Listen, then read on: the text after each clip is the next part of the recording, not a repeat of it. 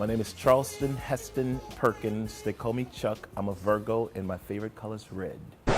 I'm a broke-ass poet, and I'm a broke-ass club owner. Well, that's what, hopefully the latter won't be, you know, we can change that around. I can make some paper one of these days, you feel me? But that's what I'm doing right now. I remember going to my grandmother's house. And live right over on Martin Luther King and Russia Blade across the street from the Callio Project. So I'm just digging through like a old record player, and I found an album called Watts Prophets, and they were poets, you know, from like the late '60s, early '70s, and I can remember just being thoroughly moved by that, and I can remember saying to myself that I want to be able to do that and to write like that. One of the biggest compliments I ever got is that I had written a poem about being young and black and had going to the Mardi Gras parade.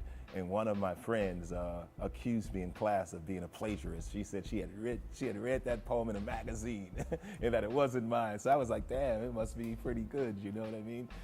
I try to write about a lot of different stuff because, you know, if I have a performance, let's just say it's an hour performance, if all of my stuff sort of sound the same, and you know, I just kind of you find somebody who hit the same kind of note. You know, after about 10 minutes, everything starts to sound. It sounds like one long poem, and then people become disinterested, and they lose. You know, you can lose the audience that way. And so, you know, I'm interested in trying to deal with the entire, you know, I guess spectrum of the human condition. You know, the way we live. And one thing I've noticed about a lot of young black artists, whether they're movie makers or write books or do poetry, it's like sometimes, you know, everything's too slanted in one direction. You know, we write a lot about our pain and our struggle, and don't get me wrong, that's important and essential.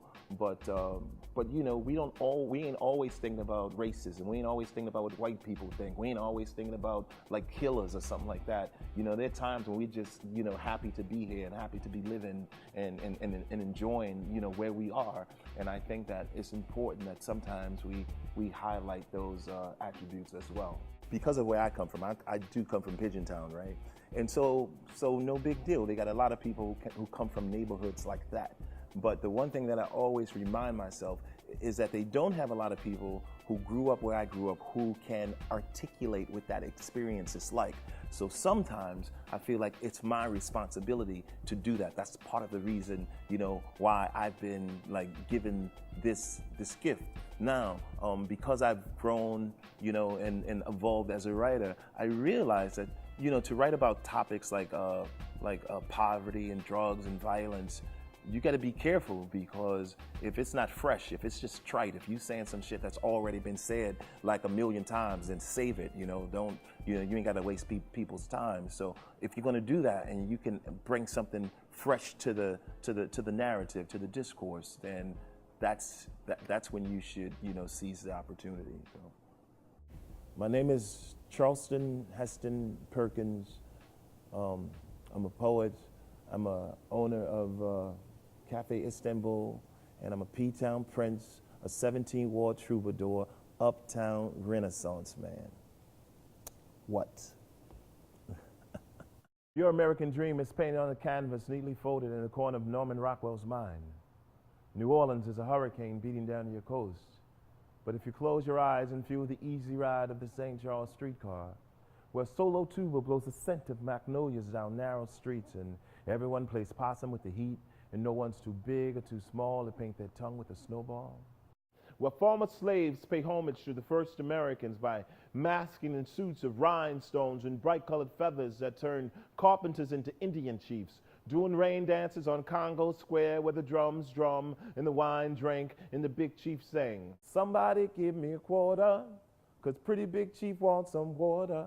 If you can envision the souls of yesterday living in the music that rises from the cracks in the sidewalk, then New Orleans is your dream, with a heart as soft as the Spanish moss dripping from centuries-old oak trees. She's a pretty face with dirty feet, the good witch of Lake Pontchartrain, the spice god of shrimp and crawfish, keeping the spirits fed.